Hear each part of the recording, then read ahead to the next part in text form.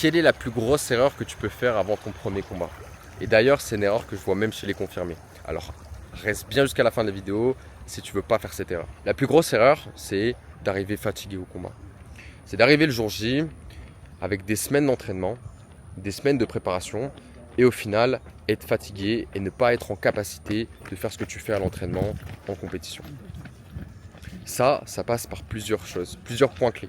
Le premier point clé, c'est la planification. C'est-à-dire que la planification, on est un sport assez particulier parce qu'il faut être très bon un jour par mois, un jour tous les 6 mois, le jour du combat. Le jour du combat, tu as un 3x3 ou un 5x5 ou un 3x5 selon quel sport tu pratiques mais aussi quel niveau tu as. Et pendant ces 25 minutes, ces 12 minutes, tu dois être le plus performant possible. Mais si tu arrives fatigué, tu vas cramer ça. Comment ne pas arriver fatigué? C'est du coup la clé ici de la réponse à cette question. C'est 1. Bien savoir gérer sa planification et l'intensité que tu vas te mettre dans tes séances. 2.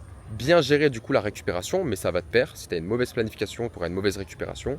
Et 3, un gros point qui est négligé, mais c'est les cuttings. C'est-à-dire que même avec tout ça, si demain tu fais un mauvais cutting, une mauvaise planification ici au niveau de la perte de poids, tu vas arriver avec de la fatigue accumulée à cause du déficit calorique que tu t'es imposé. Tu vas arriver peut-être à un poids avec lequel tu n'as pas l'habitude de boxer et forcément, en compétition, ça va se ressentir. Alors si tu es combattant et que ton objectif c'est de performer en compétition, abonne-toi à mon compte, je partage ici ce que tes adversaires craignent que tu apprennes.